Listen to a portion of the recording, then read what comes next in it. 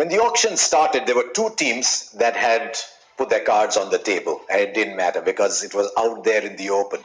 One was CSK, who built their core around India players, and the other was Mumbai Indians. And everybody knew that Mumbai Indians wanted to build their team around 5 players. Rohit Sharma at the top, the two Pandya brothers, Bumrah at the bottom, and Kieron Pollard, who they believe cannot be seen in any shirt other than blue in the first place. So Kieron Pollard had to be in.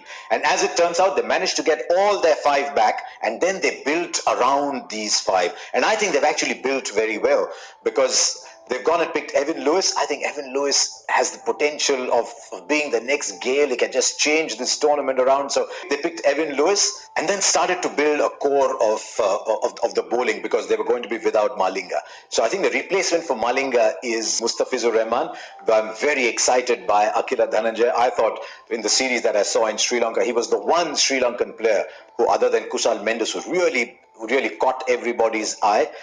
If there's a weakness in this Mumbai Indians lineup, it is that they rely very heavily on Jasprit Bumrah. Should something happen to Bumrah, the only other Indian pace bowling option, decent pace bowling option they have is Pradeep Sangwan, and they don't want to go there. They really need Bumrah to be up and firing. They've picked Anukul Roy to go along with Rahul Chahar as the spin bowling options, but you really think that they've got to get that bottom half of the bowling going well because the top half almost picks itself. So let's start to pick this Mumbai Indians side, and then let's see who their backup players are around.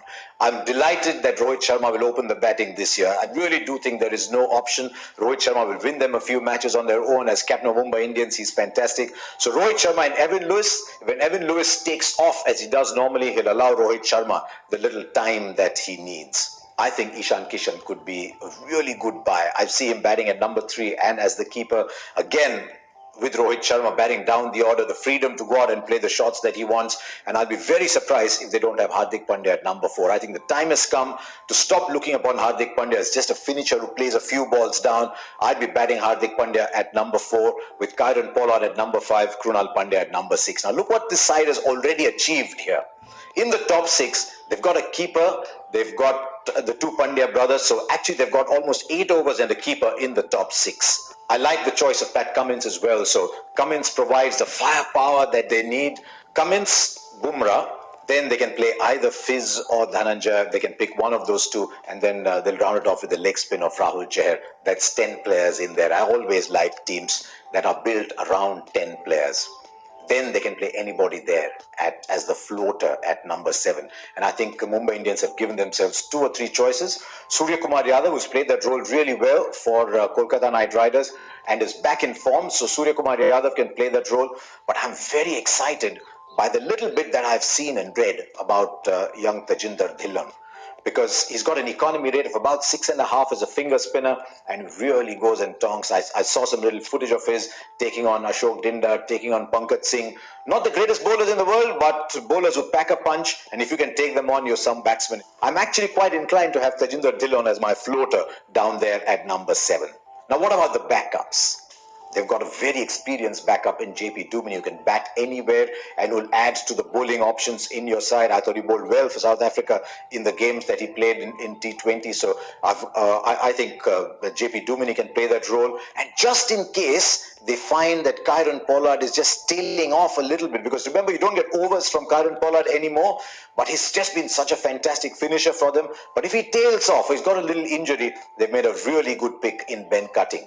So what I like about this Mumbai side is that they've got options. If they go out and play on a slowish track, they can actually tell Cummins, you know what, you've had a long season, you rest, I'll play both Dhananjaya and Mustafizur Rahman. If there's a little issue, I think it is with their spin bowling options. If Rahul Chahar doesn't come in, then they can play Sangwan in there and then play Akila Dhananjaya as a spinner. So they've got options, but I think they would have liked a little bit more with the slow bowling. So this is my first 11 for the Mumbai Indians side. Remember, they're defending champions, 3 times winners of the IPL. When you look at a Mumbai Indians side, you look at a side and say, is this good enough to win them the tournament? And I think they've got a core that can go all the way. So this is my side for them. I open with Rohit Sharma and Evan Lewis. I've got Ishan Kishan at 3. I've got the Pandya brothers with Pollard in between. I've got Tajinder Dhillon as my unknown floater in the side. But remember, Surya Kumar Yadav can fight for that spot as well. But I'm starting with Dhillon. And then I've got Cummins. I've got Mustafizur or Dhananjay as depending on the conditions that come in there. I've got Bumrah as one of the finest finishers. And then I've got Rahul Chahar, who I can float with as a leg spinner. So who's my key player in this side? Given that I want him to bowl 4 overs and bat at number 4, it's a big call. Hardik Pandya is my key player for the Mumbai Indians.